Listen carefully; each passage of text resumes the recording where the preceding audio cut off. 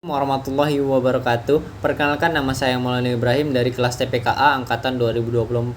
Pada video kali ini saya akan menjelaskan tentang produksi NaOH dengan menggunakan elektrolisis sel merkuri. Sebelum itu, terima kasih kepada Ibu Nurul Ismi STMT selaku dosen pengampu pada mata kuliah unit produksi bahan kimia. Tanpa berlama-lama, mari kita langsung saja ke videonya. Nah, sekarang kita masuk ke alur produksi NaOH, di mana NaOH ini berasal dari bahan bakunya yaitu brine. Di mana brine ini kita tidak bisa langsung gunakan, sehingga harus ada yang namanya tahap pemurnian brine. Dikarenakan brine ini masih banyak pengotor seperti kalsium dan magnesium. Di sini kita menggunakan rangkaian reaktor untuk mereaksikan bahan kimia, lalu masuk ke decanter, lalu masuk ke filter untuk membersihkan endapan lumpurnya. Hasilnya adalah larutan brine yang benar-benar jenuh dan bersih agar tidak menyumbat peralatan nantinya. Selanjutnya adalah tahap intinya, yaitu elektrolisis, di mana pada video ini kita akan menjelaskan tentang sel elektrolisis merkuri. Di dalam sel ini alur listrik dialirkan sehingga natrium akan terikat dengan merkuri dan membentuk amalgam. Amalgam inilah yang kemudian kita alirkan ke alat-alat yang disebut dengan dekomposer. Di dalam dekomposer, dengan bantuan katalis, grafit, dan air, natrium akan terlepas dari merkuri dan membentuk larutan NaOH mentah. Dan kemudian pada tahap terakhir yaitu adalah tahap pemekatan dan evaporasi. NaOH yang keluar dari dekomposer biasanya masih berkadar rendah atau berkonsentrasi rendah. Untuk mendapatkan konsentrasi yang tinggi, kita masukkan ke dalam evaporator vakum untuk membuang kadar airnya. Dan jika diperlukan produk padat, kita gunakan pen pelelehan dengan suhu mencapai 500 derajat Celcius. Secara keseluruhan, alur ini memastikan bahwa dari bahan baku garam kasar kita bisa menghasilkan produk NaOH dengan kemurnian yang sangat tinggi. Brine. Di sini, brine atau garam NaCl yang masih kotor itu memiliki densitas sebesar 2,17 gram per cm kubik dengan titik leleh yaitu 801 derajat Celcius, kemudian titik didihnya adalah 1481 derajat Celcius. Di mana tahap pertama pada pemurnian brine ini adalah eliminasi logam, di mana larutan garam akan masuk ke dalam reaktor, kemudian dicampur dengan kapur dan soda abu. Kemudian mereka akan menggendap gitu dari logam-logam ini sehingga dapat dipisahkan oleh larutan brine-nya yang dibantu dengan alat bernama decanter. Kemudian kita masuk ke tumisan sulfat, di mana sulfat harus dipisahkan dari larutan brine dengan cara menggunakan reaksi kimia dengan barium klorida atau kita kenal dengan BaCl. Hal ini dilakukan dalam kondisi brine panas agar reaksi berlangsung optimal. Kemudian yang ketiga adalah penetralan, di mana larutan brine harus dinetralkan menggunakan HCl yang awalnya pH-nya basah kemudian menjadi netral dengan adanya penggunaan dari asam klorida, di mana output produknya adalah menghasilkan brine yang jenuh dan bersih dengan kadar NaCl sebesar 324 gram per liter. Larutan inilah yang kemudian siap dipanaskan hingga suhu 60 derajat Celcius untuk dikirim ke unit elektrolisis. Tahap pemurnian brine akan dijelaskan lebih detail pada slide ini, di mana proses dimulai dari reaktor 1, yaitu tempat NaCl dilarutkan. Larutan ini kemudian dialirkan menuju reaktor kedua. Pada tahap ini dilakukan injeksi NaOH dan soda abu atau Na2CO3. Fungsi utamanya adalah untuk mengikat ion-ion logam pengotor seperti Ca2+ dan Mg2+ agar mengendap. Tanpa proses ini, logam-logam tersebut akan membentuk kerak pada peralatan dan menurunkan efisiensi arus listrik secara signifikan. Kemudian lanjut ke reaktor 3, di mana proses menjadi lebih signifikan dengan penambahan NaOCl untuk mengoksidasi amonia serta senyawa organik. Selain itu, terdapat penambahan barium klorida atau BaCl yang berfungsi untuk menarik keluar senyawa sulfat atau SO4. Penghilangan sulfat sangat krusial karena kadar sulfat yang tinggi dapat merusak anoda titanium pada sel elektrolisis dan dapat memperpendek usia pakai peralatan industri yang bernilai tinggi.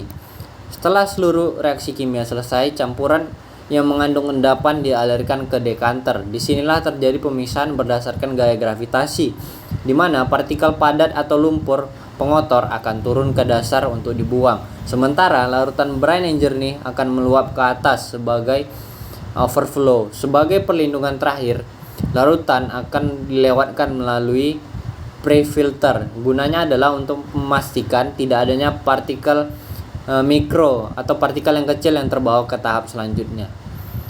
Sebagai penutup pada tahap ini, larutan brine akan diatur suhunya melalui heat exchanger hingga mencapai angka optimal sekitar 60-65 derajat Celcius sebelum dipompa menuju unit elektrolisis. Melalui kontrol ketat di setiap reaktor, standar kemurnian bahan baku dapat dipastikan berada pada level tertinggi. Sebelum membahas lebih jauh mengenai sel merkuri, mari kita bahas dulu bagaimana sih proses elektrolisis secara umum itu.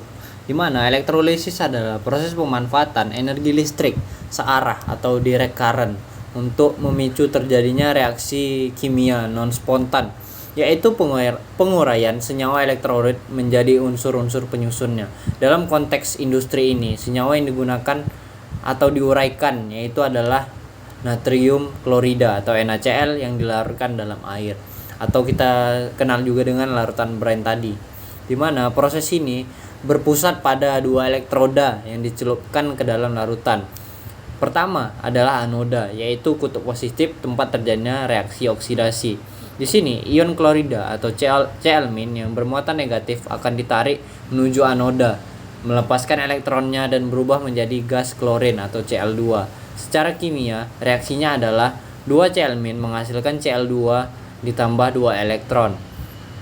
Gas klorin yang terbentuk ini akan naik ke permukaan sebagai salah satu produk samping dari proses produksi NaOH. Kemudian yang kedua adalah katoda, di mana yaitu kutub positif tempat terjadinya reaksi reduksi. Di kutub ini, elektron dilepaskan dari anoda akan diterima oleh kation. Dalam elektrolisis umumnya larutan garam terdapat kompetisi antara ion natrium, Na+, dan molekul air. Namun dalam teknologi spesifik yang akan dibahas nanti, fokus utamanya adalah bagaimana ion natrium menangkap elektron untuk berubah menjadi logam natrium atau amalgam. Secara sederhana, reaksi reduksi dapat ditulis sebagai ion positif menangkap elektron untuk membentuk unsur netral. Contohnya adalah reaksinya adalah 2H2O tambah 2 elektron menghasilkan H2 plus 2OH-. Sebagai kesimpulan dari prinsip ini, aliran listrik yang dipaksakan masuk ke dalam larutan memaksa pemutusan ikatan kimia antara natrium dan klorida. Energi listrik inilah yang menjadi penggerak sehingga produk-produk seperti gas klorin dan natrium dapat dipisahkan secara fisik. Kita masuk ke pembahasan sel merkuri, di mana sel ini merupakan salah satu teknologi tertua dalam industri klor-alkali yang dirancang untuk menghasilkan NaOH dengan tingkat kemurnian yang sangat tinggi. Ciri khas utama dari proses ini adalah penggunaan merkuri cair yang berfungsi ganda, bukan hanya sebagai media pengantar listrik atau katoda, tetapi juga sebagai media pengangkut logam natrium keluar dari sel utama. Sel ini berbentuk bejana panjang yang sedikit miring, memungkinkan merkuri mengalir secara gravitasi di dasar sel, menciptakan permukaan katoda yang selalu segar dan bersih. Proses sel merkuri dimulai dari bagian atas sel, yaitu area anoda. Di sini terdapat deretan plat anoda titanium yang terendam dalam larutan brine. Saat arus listrik searah dialirkan, terjadinya reaksi oksidasi pada ion klorida atau Cl-, kemudian 2 ion klorida akan melepaskan elektronnya dan akan membentuk gas klorin atau Cl2. Persamaannya adalah 2 Cl- menghasilkan Cl2 plus 2 elektron. Secara teknis, gas klorin yang dihasilkan akan terkumpul di bagian atas dan dialirkan keluar melalui sistem pipa vakum untuk dimurnikan karena gas klorin merupakan produk samping yang sangat korosif namun bernilai tinggi. Selanjutnya pada area katoda. Di sini lapisan tipis merkuri cair mengalir secara kontinu. Ion natrium dari larutan brine akan bergerak menuju merkuri ini, menerima elektron kemudian tereduksi menjadi logam natrium. Reaksinya adalah Na+ plus elektron plus Hg menghasilkan NaHg. Natrium yang terbentuk segera larut ke dalam aliran merkuri ini, membentuk paduan logam cair yang disebut sebagai amalgam natrium. Mekanisme ini sangat efektif karena mampu mengisolasi natrium di dalam merkuri, sehingga tidak sempat bereaksi dengan air di dalam sel utama. Intinya, aliran merkuri bertindak sebagai kurir yang membawa natrium keluar untuk menuju tahap berikutnya. Sementara itu, larutan brine yang sudah berkurang kadar garamnya akan dialirkan keluar untuk dijenuhkan kembali. Seluruh rangkaian proses ini bergantung pada pompa merkuri yang menjaga sirkulasi tetap berjalan. Amalgam yang kaya akan natrium ini selanjutnya akan dikirim ke unit decomposer untuk akhirnya diubah menjadi NaOH cair. Melalui koordinasi antar anoda titanium dan aliran katoda merkuri inilah efisiensi pemisahan gas klorin dan natrium dapat terjaga secara optimal. Untuk karakteristik proses sel merkuri dapat dilihat pada tabel berikut. Kita masuk ke tahap pemekatan dan evaporasi NaOH, yaitu tahap pertama menggunakan penguap Kastner.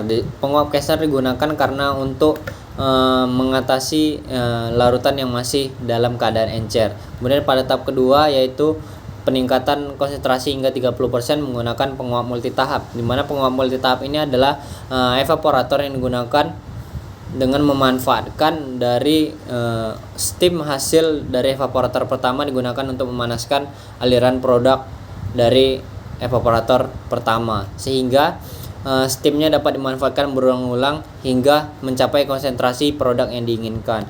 Kemudian masuk ke penguap vakum, di mana penguap vakum ini digunakan untuk mengevaporasi larutan pada suhu yang lebih rendah dan bekerja pada tekanan di bawah atmosfer, sehingga proses berjalan lebih efektif dan tanpa merusak alat atau larutan. Kemudian masuk ke pen pelelehan, di mana di sini pada tahap keempat ini terjadilah evaporasi akhir, di mana konsentrasi NaOH mencapai 70%, di mana pada proses pen pelelehan ini larutan dipanaskan dengan suhu yang tinggi hingga mencapai 500 derajat Celcius hingga 600 derajat Celcius menggunakan pembakaran langsung. Pada tahap ini seluruh sisa air dihilangkan hingga NaOH menjadi lelehan murni yang siap didinginkan dan dicetak menjadi bentuk fleks atau butiran padat. Lebih jelasnya mengenai proses pemengkatan dan evaporasi NaOH, mari kita lihat diagram alirnya.